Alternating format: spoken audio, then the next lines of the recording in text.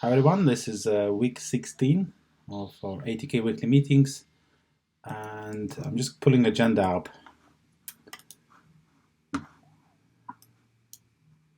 Yeah, we didn't meet last week, so many people were unavailable. Yeah, Francesco and Philip, you said you were busy as well last week. Yes, really. Yeah, exactly. Okay, so yeah, not much lost. Okay, Philip, you have anything to show us? And Alain, do you have anything to show today for agenda? No, not really. No, same here, not really. Okay, yeah, maybe you can just tell what you're working on in general. And Demons will come along, I hope. We have to talk about workflow add-on, and he had some really interesting ideas about that. Before that, I just wanted to tell you about a few pull requests in ATK data, which might actually break a couple of things, but I'm not sure how to properly work around that. So as you know, a couple of weeks ago, I merged a thing called multi-container. And yes, now with multi-container, I was able to refactor, actions, right? So here is, for example, the method for adding action. Instead of using add, which puts it inside elements, we're using add into collection. So now it puts into array for actions, which is defined here, and it doesn't mix up with anything else. So it's quite convenient. We don't have to hack around like putting prefixes into the name and then removing them again. So a lot of code becomes much cleaner. And if in the case of get actions where we have scope, now we can do it as an array filter, right? So quite handy. Same thing with has action and get action. There is actually should probably be a support for delete action as well. I might have to add that. Yeah. Sorry, Ramens, are you sharing something or? Yeah, as usual. Sorry. Yeah, Iman says he'll be in good one. This is becoming the weekly joker. There you go. I need the jam. Okay. Yeah, Iman's joining in a few minutes. Anyway, just quickly run again. So that's the pull request in here to use multi-container. As I said, very trivial. Arrays methods became simpler. Like this. A lot of code went out and replaced it with a simple code. So this is a very straightforward pull request. After I've done this, I decided I'd do the same with fields. And fields were not that trivial. So let's skip that. So with the fields, we have also the property here, but the pull request for actually moving fields into the and start using array is this one, and it's much bigger. Okay, so that's to move into right. Okay. So if you look through it, so it combines both pull requests. So if you merge that first, and then merge this one after, that's the correct way to do that. Yeah, one thing I forgot in the first pull request is if we're cloning a model, we also need to go over all the fields and all the actions and also clone them as well. And then the signature for that field, just renamed variables, nothing changed here. And obviously, instead of having to call add with a field object in the field, now it executes add into collection using third parameter as a field. Okay, we'll get to this one a little bit later. So we have remove field now, has field. I'm like tightening properties a little bit. There was a case when you execute has field and you can pass an actual field object as a parameter. And I removed that because I thought, why? Any of you is using that? No. It was really weird. Yeah, so you have a field object and you pass it as a parameter. So now it's straightforward. You'll get a warning if you try and pass object here. Okay, get field. And obviously, you know, this type hinting is a feature of PHP 7.2, which we now require. Right. Also, there are a couple of cases, not only in this file, but in other files as well, where the elements was used directly. In most cases, it was iterating over the elements, and I'll show you how it used to look. And there's a new method called getFields. I made it for Alain. He asked me yesterday. Yeah, thanks. Yeah, and as a parameter, you can specify a filter. And if it's empty, you just get all the fields. That's really simple. But I can also pass system, editable, or visible. In this case, it will check for the flag, and if the flag is not set, it will default to non-system fields. Probably we need some sort of filter here for non-system fields. So you can filter by, you can say I want all system fields, but there's no filter for non-system fields. I'm not sure how to better do that. And so maybe if you have some suggestions here, post them in the comments. Okay, so this is a typical loop, right? So this has been in many places simply because there were no get fields in the past. This was a typical way to get fields. So we have iteration over the elements, and then we have to check whether f is instance of field, and only then we would do something with those fields. Now we just do get fields. It's kind of simpler. There's no need to check because typically you'd only have fields in there. So if your code relies on this, the problem is that elements will no longer have any fields, and you will not go inside at all. And it might, that might be problematic.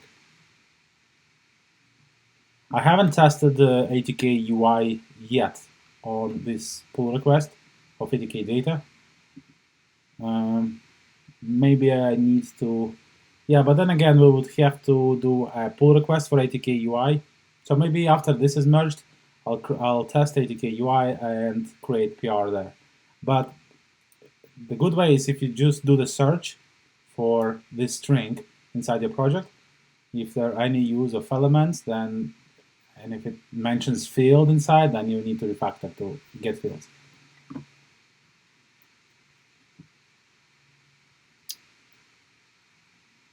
I think that's about it. There are no more changes here. I don't exactly know how references are stored. I only know that they're also prefixed with ref underscore. Yeah, so they're going to be next. They're going to be next. Okay. Yes. So and after we've done with references, we're not going to have anything inside the elements, and we'll remove the elements entirely.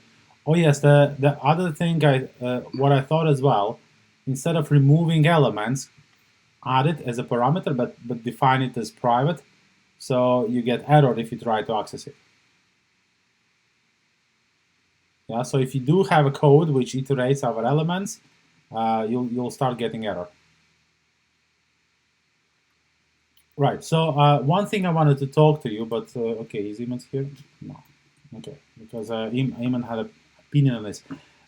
Essentially, it's about seeds, and if you look here, so this in the past for every model there used to be default seed add field, which is by default ATK4 data field. This was changed. This property would be changed by persistence SQL. Here's a link. Hey, Mats. Okay, so the value of this property would be changed by persistence SQL, and instead of field, it would be set to field SQL. So if you set persistence to MySQL, something like that, and if you add fields after, then it wouldn't be just a field; it would be field underscore SQL. But we're no longer doing that. We removed the class field SQL. Now we're using just a field everywhere, and that's working okay. However,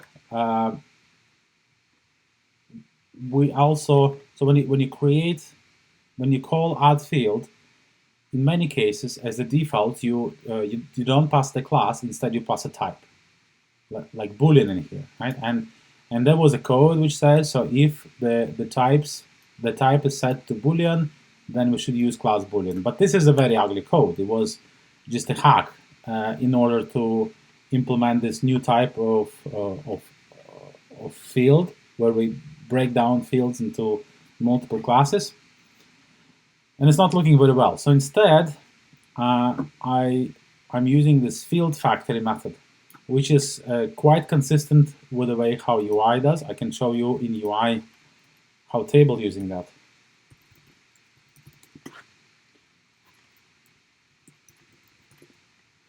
So in here we have decorator factory, and you for decorator factory you pass in something like field and the seed, and the job of this decorator factory is to come up with a good object, and it returns a generic column back. Also, it makes use of this array, which is says type to decorator, so it lookups the type of the field. If it's a money type, then it will use money decorator. If it's a boolean, it's going to use status with positive and negative values. So that's how this was implemented in a table, and I thought it should be implemented similarly inside model as well. So I have created type to field. So boolean is converted into a boolean seed, and then in here I'm just using pretty much the same string to come up just to fetch from here if the type is set. But the only thing which I wasn't sure is where should this particular method be located. And so not the field factory. So I'm talking about the field factory method, and I'm not sure if the field factory should be located inside persistence or inside the model. And Iman, so I was talking with Iman, and Iman says it needs to be inside the model. But my thought is that persistence should be able to decide which type gets converted into which seed, because sometimes, for example, depending on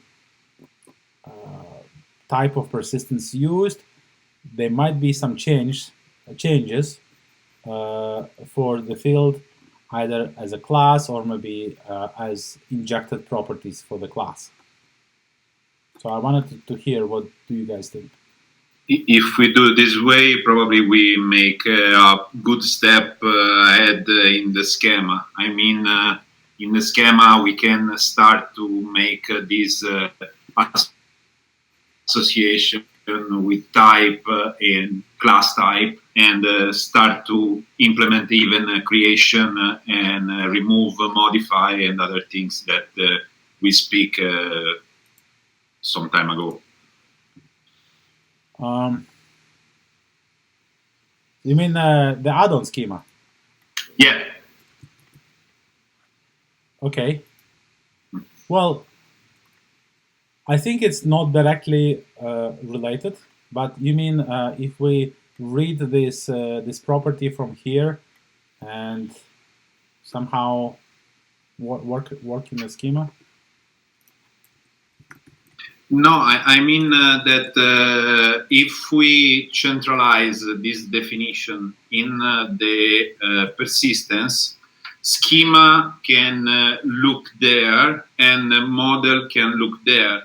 I mean, something like a triangle, and everyone can look in one single place in place of request to the persistent and persistence request to the model. Well, so I kind of I'm not decided on the correct approach to this, but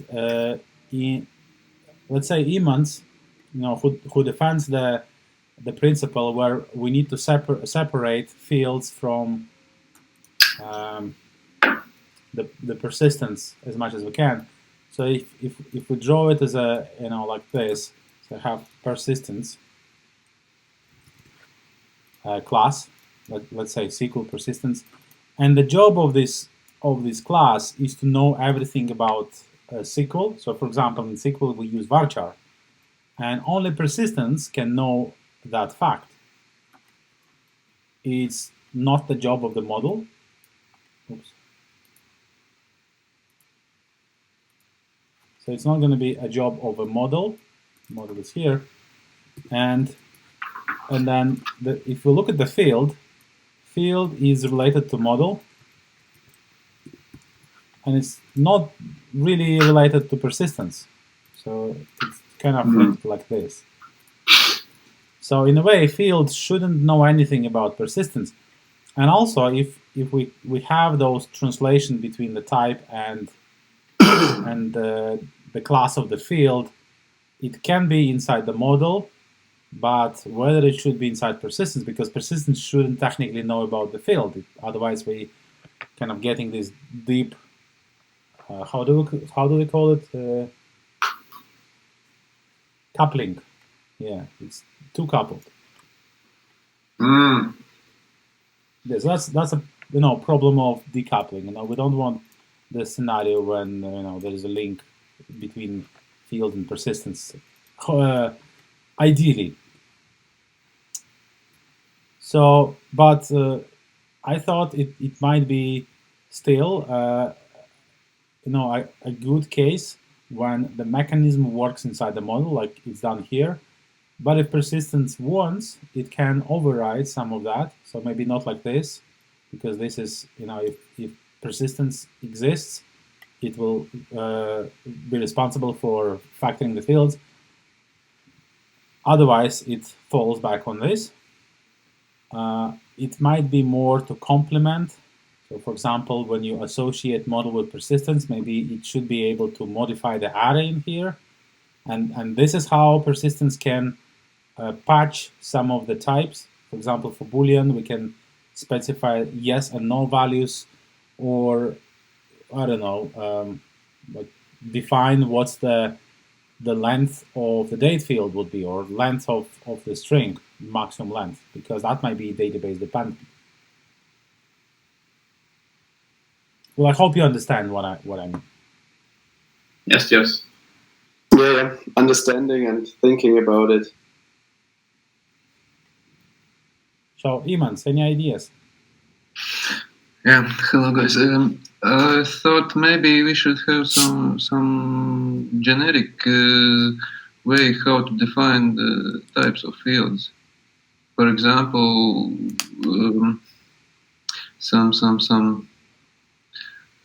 syntax in the middle of NoSQL, SQL, and stuff like that.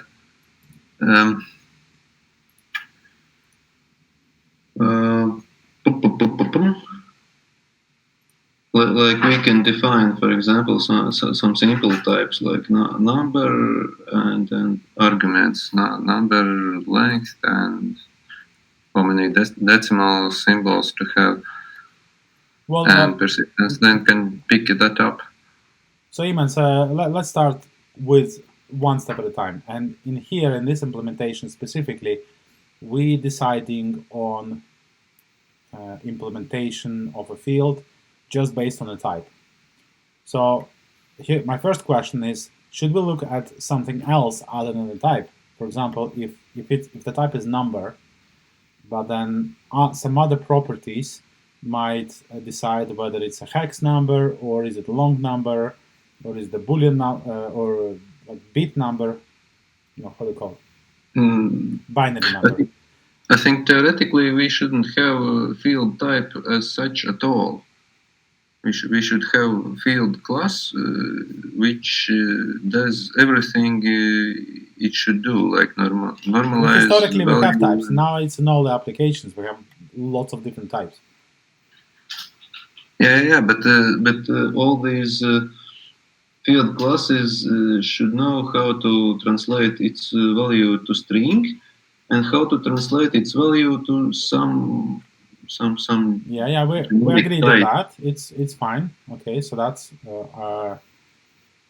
already there, and it's just a question: how do we decide which of those classes we're gonna use? We could say that user, the ideal way if user specifies class directly.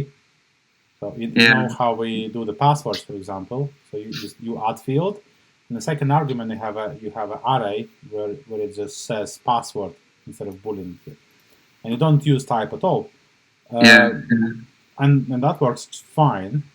That works just because it goes in here. Yeah. So if seed has the 0 element, then it will take it from here, and it will ignore everything you specify either here, and also ignore this class here. But right now the code sometimes omits the class. So in documentation in the future we can use types like that. So you just use the class. Yeah, and this is a kind of backward for backward compatibility. Yeah, so that would be okay. That's in this case it makes sense if it only looks at the type, and in documentation and in best practices we always specify the class. Yeah. Okay. And yeah. And what about Agile UI? It also shouldn't rely on any field types, but how UI will know that this field is Boolean or... Okay, so if you specify Boolean like that, Boolean as a field has a property which is set to Boolean, right? So even if you don't define type Boolean, if you use a class Boolean, it has property type which is Boolean. So the front end will automatically understand that this is implementation of the Boolean. And let's say you implementing your own Boolean type. You have your own Boolean implementation, so we can agree on maybe the base types, and then these types are used by persistences and by the UI classes to identify what type of field it is, and the implementation might be some other one. So maybe you have your own class, but we know what type it is. I still didn't really get it.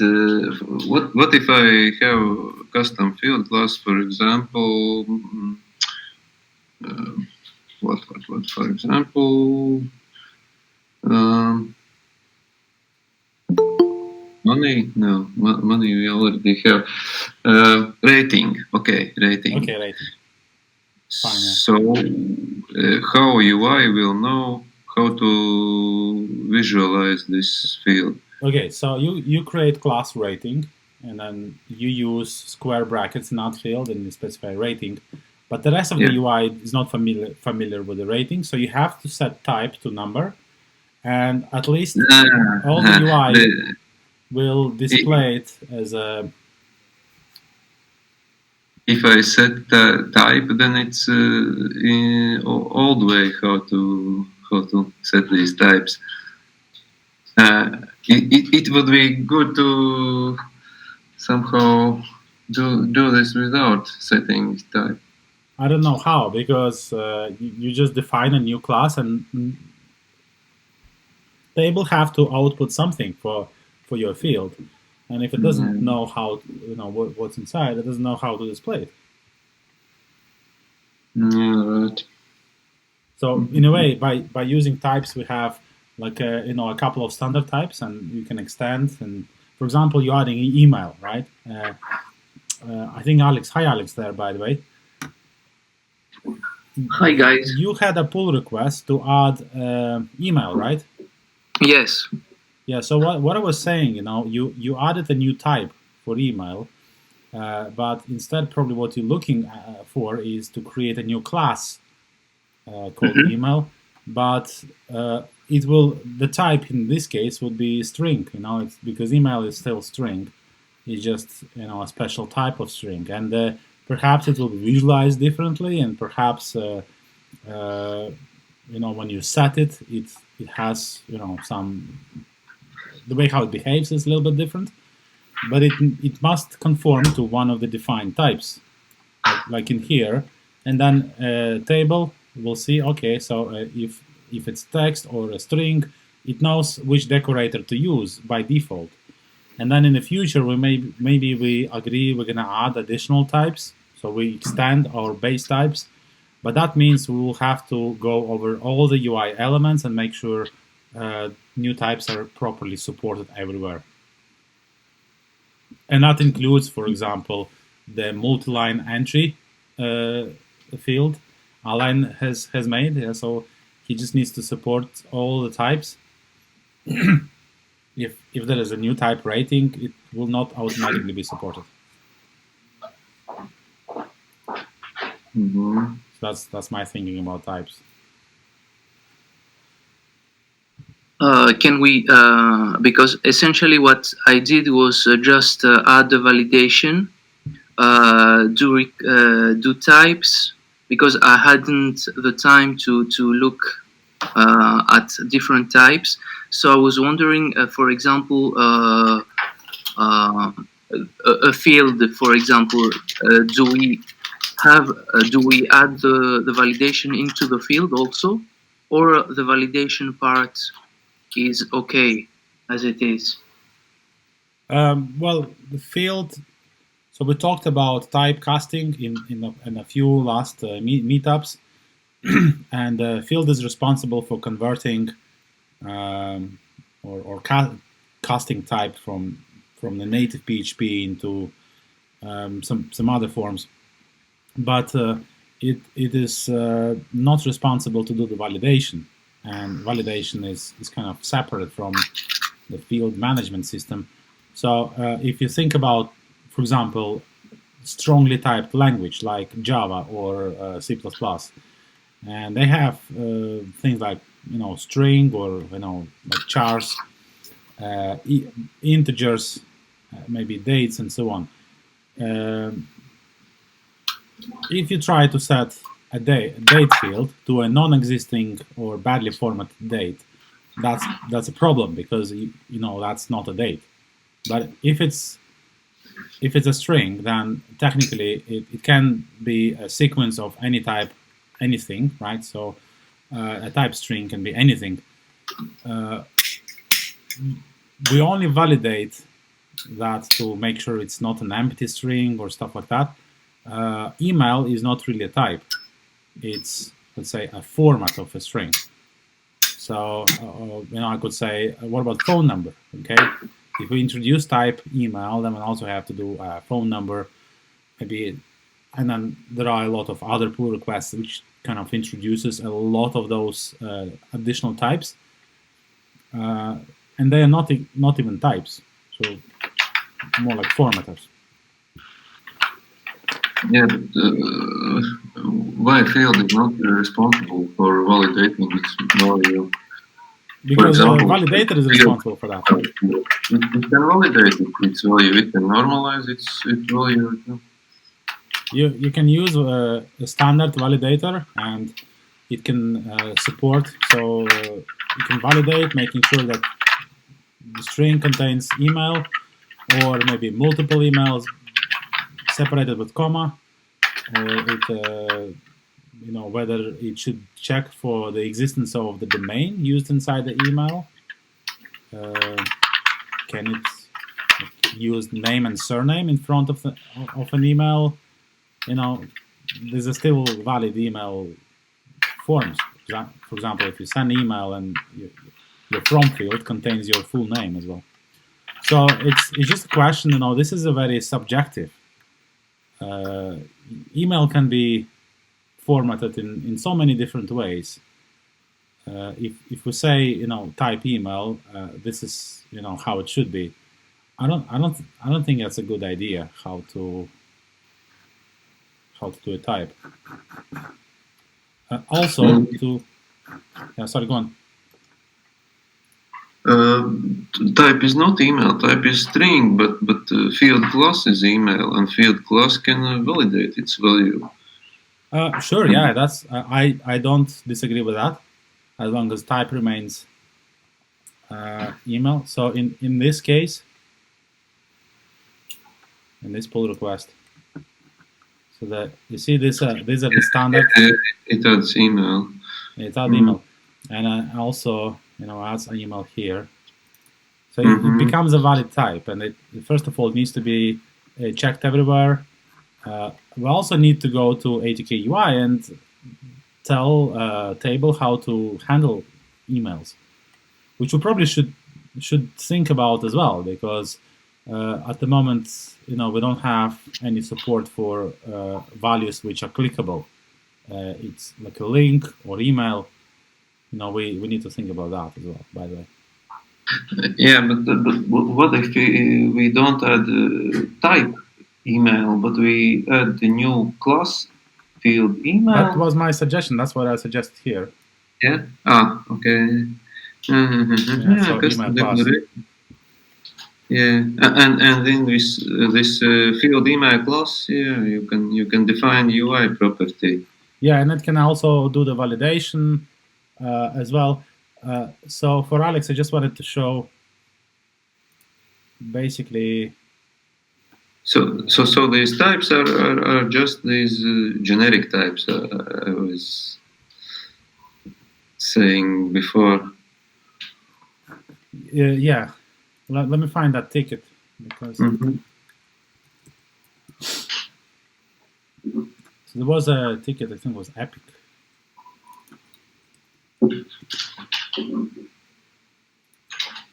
Yes.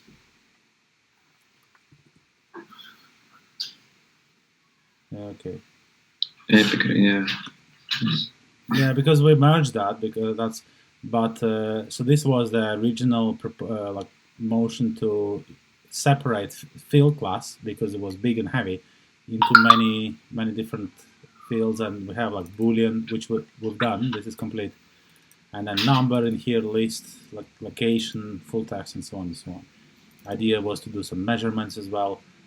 Email could be one of these. So if there would be like field string, email could extend field string, and that would be like a second level.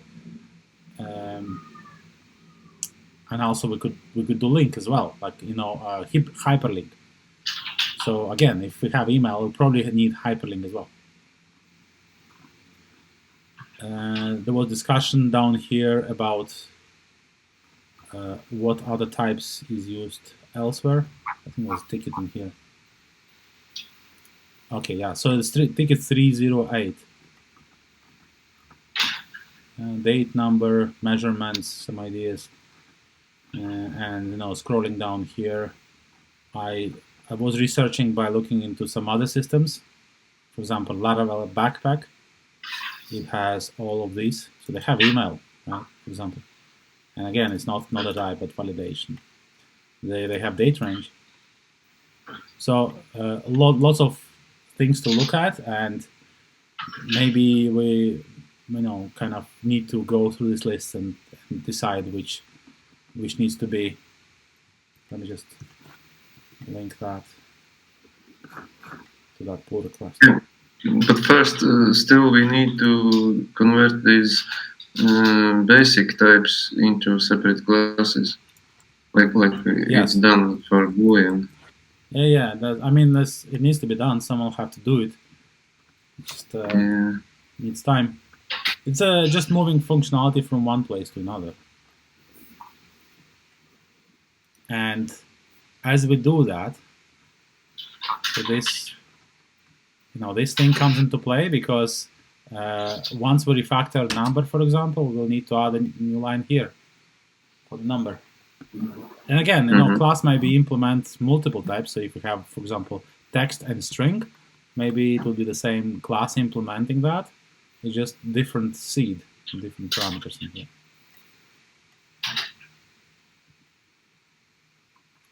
Okay. So, Imans, will you review this pull request? Yeah. And question to everyone else. Gaurav, hi, by the way. Any Hi, questions? Any questions on this so far? So right now I have just pulled this branch today. I couldn't have time to get it reviewed, but I'll do it tomorrow. So that because I have a complete system already working, and I can check very quickly that everything is working smoothly or not. Yes.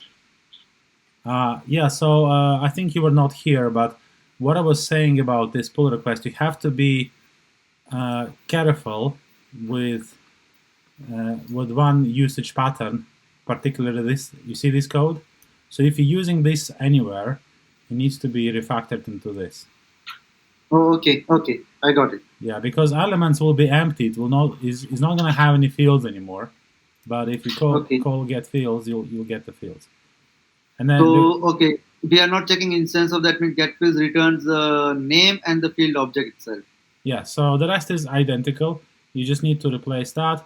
And this line, this condition, it becomes obsolete. So you don't really need that because there are only fields inside get fields. So you're good. I'll probably need to add documentation as well to this, to document new method, get fields.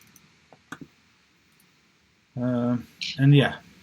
So Gaurav, would be nice to have your review and feedback on this as well. And I'll do that. Yeah, when this is done, the next refactoring relations, the relations are also going to go into their own array. Okay. So next, I want to talk to you about a new add-on which I just drafted. I haven't really started. It's ATK4 workflow. And the purpose of this add-on, it's only a README file for now, is to start exploring what can we do with actions, and can we use generic actions. Yeah, so maybe having less code and writing a little bit of YAML instead of the code. So let's say you have a model. In this case, it's called loan application, and you create like this config. Again, it can be an array, it can be in YAML file, it's up to you. But you have this config which defines two states for loan application. The first one is in review, and no, sorry, the first one is okay, something fishy here. So 3 states: draft, review, and approved, confirmed.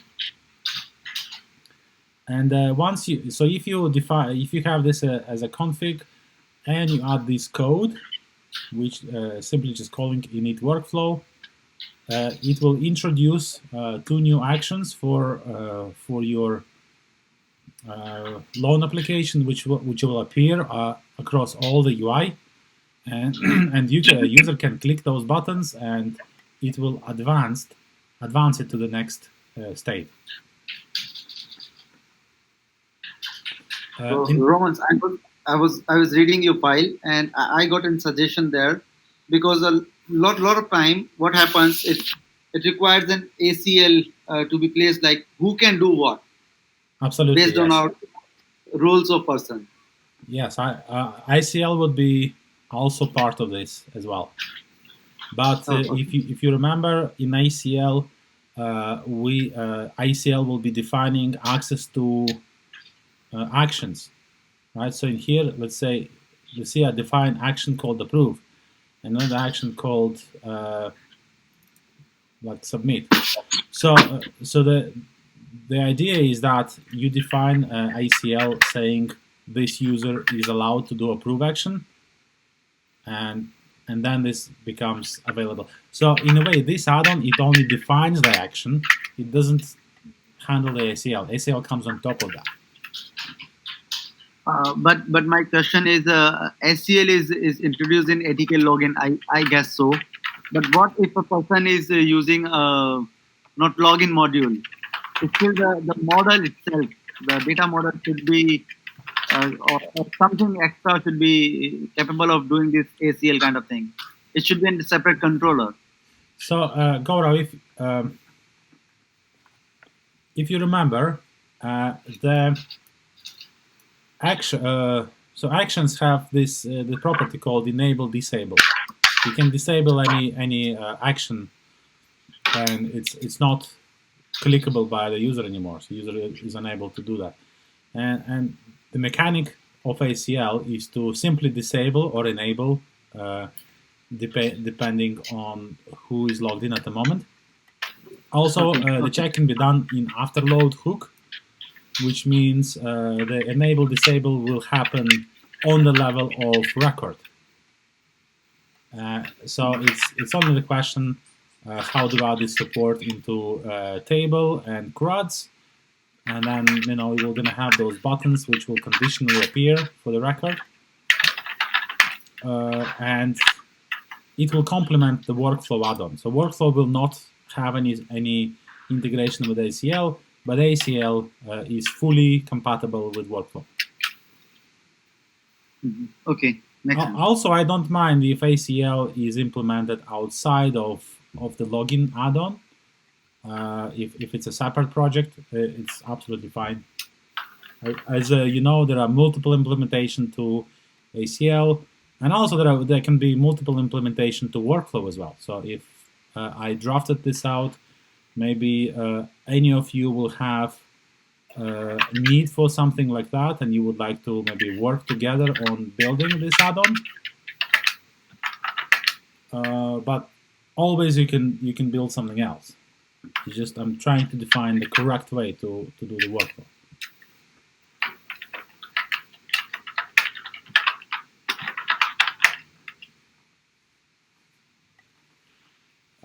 Imans? Yeah. So you are familiar with workflows. Well, a bit. I did really understood this configuration part. So it's basically if the status is review, then it allows action approve. Yeah. And what is do?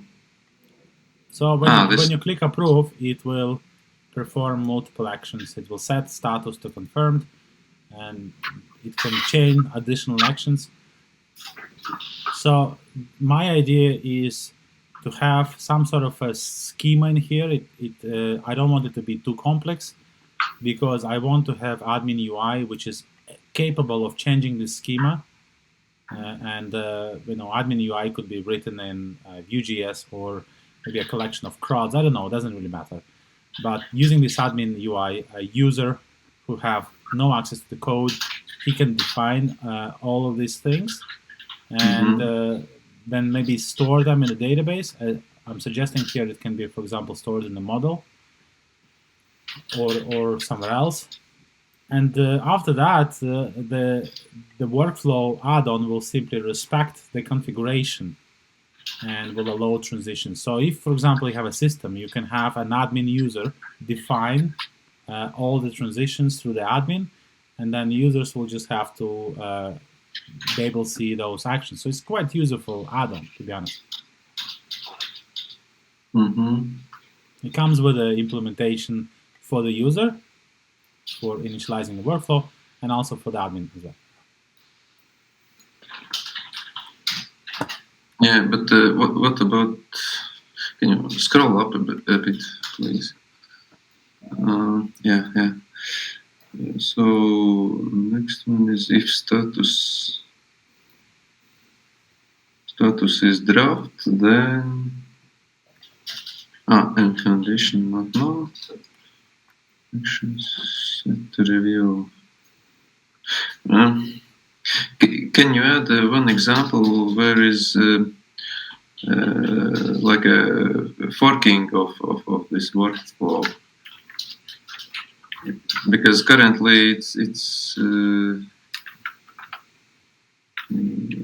not working in like in two branches. Yeah, to be honest, I have no idea. I would say probably you need to copy this and set the same condition, and in this way, no, sorry, here, yeah. So I'll have to copy this, and will be the same condition review. Just the action for the other one will be like reject. Like not approve, yeah. Yes. So you do the rejection, and it sets status to rejected or maybe draft again. Mm-hmm. Again, can trigger some other action here as well. So this is just example. I just wanted, you guys know much better than me what is the actual workflow in applications, because you work with the enterprise clients, and maybe you can suggest changes in a way how to structure this a little bit better. So, Roman, there is one thing can be added here, because sometimes an action requires a user's input or a form which do something when clicked. It asks user a lot of things, and Yes. so if you please allow me to present, I can add a practical example to the same thing with a bit of more extension. Okay. First of all, my thoughts on supplying something else. So in here you see we define an action. I specify the name and then what happens within this action. Actions support arguments as well. So in theory, we could also specify what are the arguments for this generic action, and then the user will be asked to supply the arguments. For example, when you're rejecting, it may ask, give me the reason for rejection. And when we're setting the status like this, so in here status is set to a specific value, but we also maybe somehow can reference those arguments. So if we can make it, we can define it through a YAML format. That would be really awesome. And that also means that we don't have to create anything custom. So no need for custom UI. Instead, we simply using the executors of actions, which are already supporting arguments.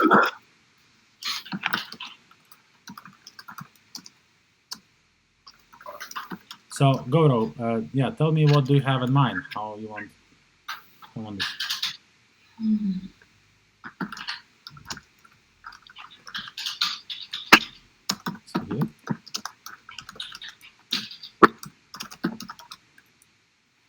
Okay, Goro was done. Okay, should I present? Yes, sure.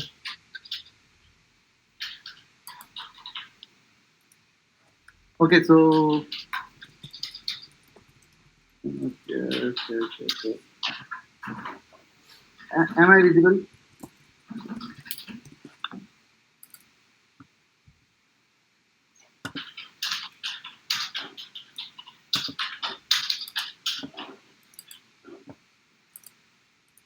Okay, guys, am I visible? Yes. Yes. Okay, so what's happening? How we are doing this thing, and this can add something here. So in every class, we define our actions. These are the status, and what actions can be taken on this status, because each status there is a set of action a user can take. Like you can mark dispute, or you can confirm, or something you can do on particular status, and the status is defined as here. This is our action, which gets called when the button is clicked, because our UI is also creating the button. But at the same time, we have an option. If you have the same action with page underscore, the ACL system will open a dialog and pass the dialog as a view of page. So whatever you want, you can do on that page, and we have a total control of what we want to do on that particular page. This is a much required thing a lot of times. So it's just our action. It can be done based on this status, what you can do, and then you have an option like You can call the function directly, but if you want the UI, you just define the function as page underscore, and the ACL will see if you have page underscore X kind of action. It creates a model, pass the page, and you do whatever you want with it.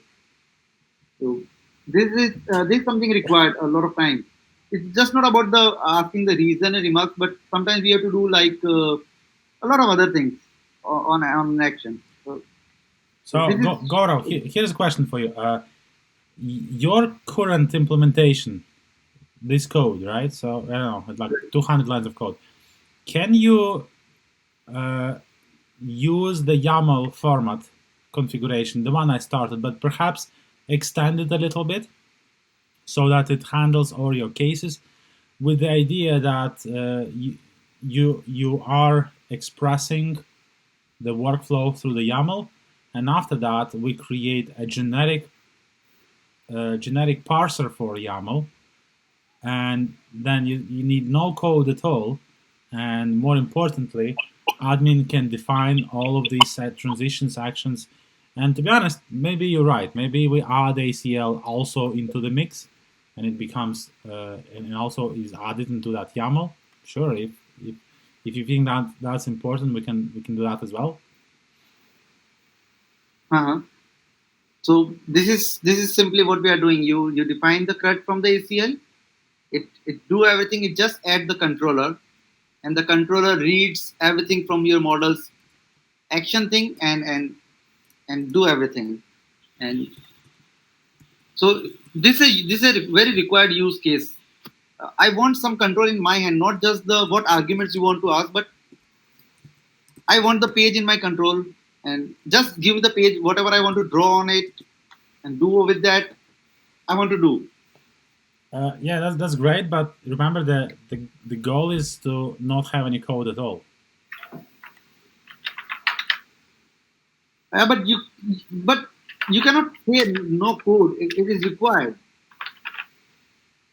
If I can open something like sales order, sales invoices are there. I don't know. So, okay, we have actions here. Let it cancel. These are simple functions, but I can show you some complex thing which is required when a user want to do something. Mm-hmm. So when we open workflow, let's say. Well, let's say let's say that 95% of you're right. what you build there. Right. So if we can do it with a single YAML file, but more importantly, for example, let's say you have a business user who needs to configure your application, and he is able to do that without even asking you, without taking your time, and define that, and then you come in and do the customization by adding a little bit of code here and there. Okay. In terms of path, if you ask me what it can do, like when you say here do, you can define and view here which takes control and get renders another component on this page action, so that you define whatever you want there. Exactly. Yeah, we can do like the action which executed before, and the action can do some additional checks, validation, or do something that is not supported by the workflow add-on. Or you can do a pass and view here, like and fill your passing here. You can ask the view to be rendered, that you can define as an add-on or separate class, extending view, form, whatever you want. You will get it rendered on your page so that user get control. Mm-hmm. Okay. So can you help me with extending the example of the YAML file? I just need to know what kind of capabilities it needs to have. Sure. And then I extended this class. I'll put my comment. Yes. And even if at this point we do not implement admin UI, if it will be possible to define actions using YAML, that's already a huge step forward. Most of the thing looks okay, but not passing the view and enabling on particular status. Well, we can't. I mean, your way how you define how you're working with the views inside the model, it's totally bad. And Yeah, I know, but my in- requirement. in our case, we have those action executors, and they take care of arguments, which is great. It's really good. So, oh yeah, probably yeah. So the current workflow is designed to work with existing records. It's not designed to work with the new records. So the only thing what I see missing here is to take control of the page which opens after the. It's just not about the argument and asking the values. It's something that if it's it would be nice if I can add the like field and I can add view is slash abc slash b slash view, so it will get rendered on your page, and that view will take care of things. I think in that case you just need a extra status, like waiting for user input, and then you will redirect user to that page, and he will have to fill the data in, because imagine your application needs an API, right? So view will not be portable, but if you use this method, then you will be expecting an API call and that to some endpoint, and on that endpoint you will be expecting some arguments from the user. So But I my think only question is, Romans, you cannot deny that sometimes on a particular action, I want to take some complex thing like select one of these uh, uh, orders that you want to dispatch now. That's an action for my club of group orders kind of thing. So like these are the sub orders. What do you want to get out? Now you cannot do everything in YAML file. So you absolutely, need to yes. check. And what I'm saying, if you see the way how it works, I'm defining how to transition from the review into confirmed and from draft into the review, but it doesn't have an action to create a draft. It doesn't have an action to do something with approved items.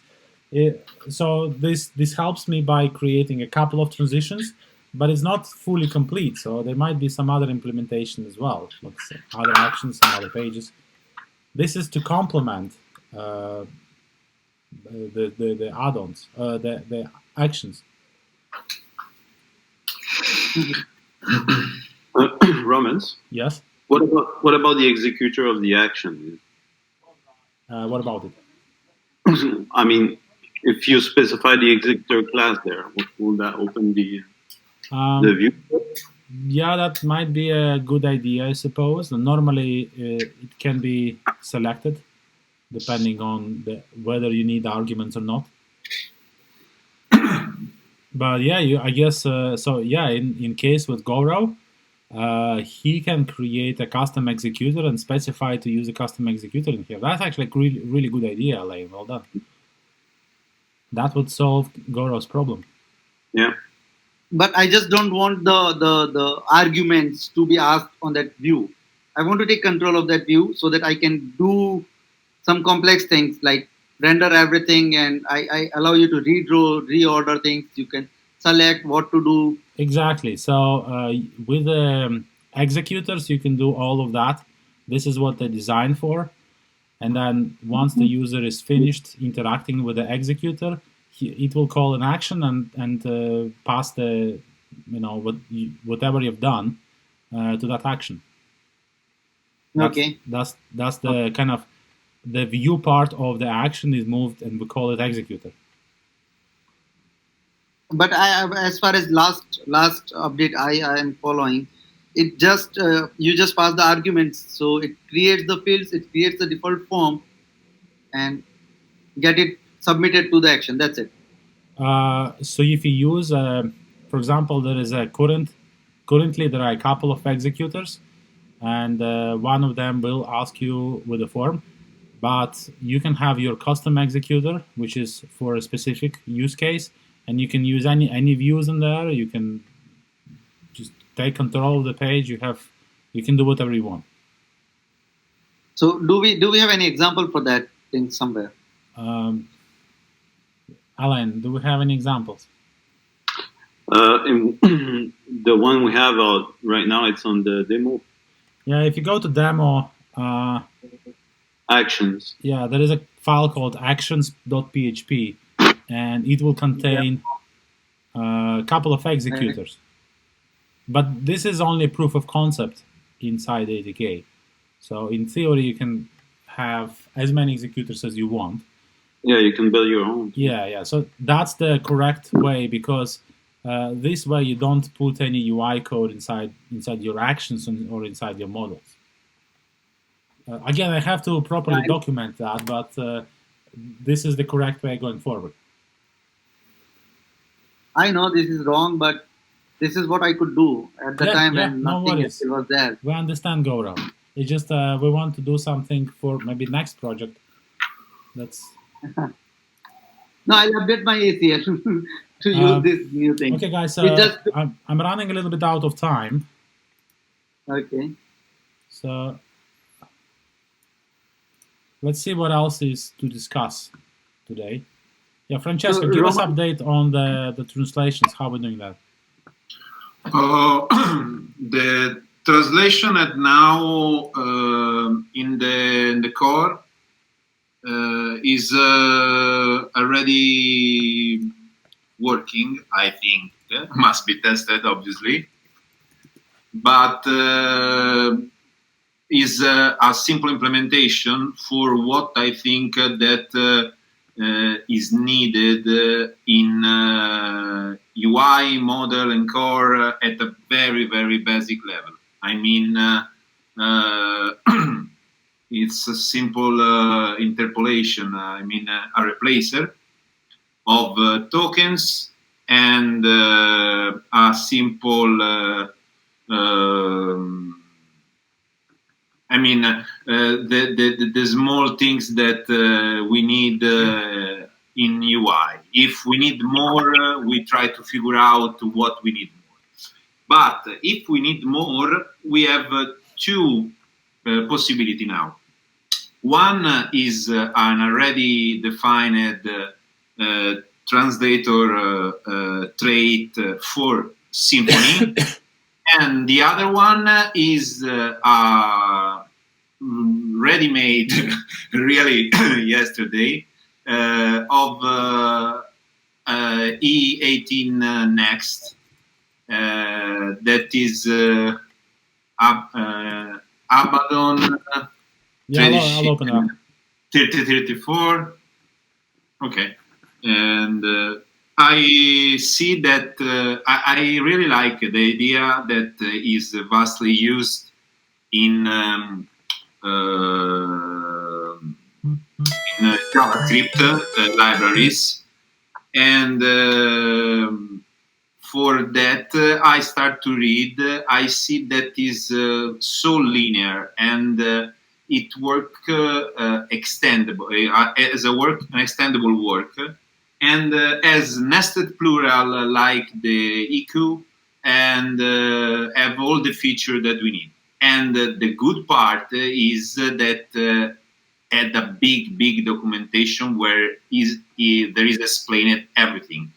And here there are all the possibility of the actual possibility at the end of my repository of what can be done with the actual implementation. I leave some unchecked.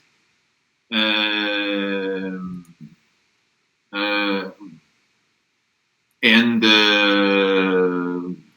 we will see if can be implemented. But for what I think can be really useful in future project, and is made from scratch using forcing to put their ATK core config trait to load the definitions, and is already interpolate directly ATK model. I mean, if you send a model in parameters, it will read the parameters and replace all the tokens that are in the key that must be translated. Okay, so let me just ask a few questions because I really need to go now. Yes. So first of all, regarding the pull request, is it okay for me to do the final review and then merge this for the 93? I think yes, but Okay. try to review and see. If Yeah, I will review. And then I see that if the method doesn't exist inside the app, so what you have here, we are unable to pass it there, then you kind of do some internal message managing, and so in a way it's going to work kind of a little bit, but that's good enough, right? Okay. And my other question is, after we merge that, do we need to start defining translation files for the ATK? Yes. Okay, cool. So yeah, great. And then your repository, this one over here, this is a competitor to Symfony's translation. So you can I can either use Symfony or this one. At now there is an implementation to this library that is mostly used in JavaScript that are really basic. This is nearly 90% support all the feature of the other library, and we can keep growing on this. But I don't know. I just put it Is down. it compatible with Symfony or is it different? Similar to Symfony, but demands a little a less dependency. I mean, the single dependency what I'm is asking is if we define the translation file inside ATK, does it mean user can choose either use your library or Symfony, and it will work with both? I think until a point are the same. Even the syntax is really similar, really similar. Okay. So yeah, that's awesome then. That's good. Yes, even the call to the method with the underscore method is the same. I mean, nothing must be changed in that domain. Okay. All right then. So I don't have any other questions. I have to leave the meetings. If you guys want to keep chatting, then you're welcome to stay. Or I'll see you next week. Bye bye. Okay. Ciao. Thanks everyone. Bye bye.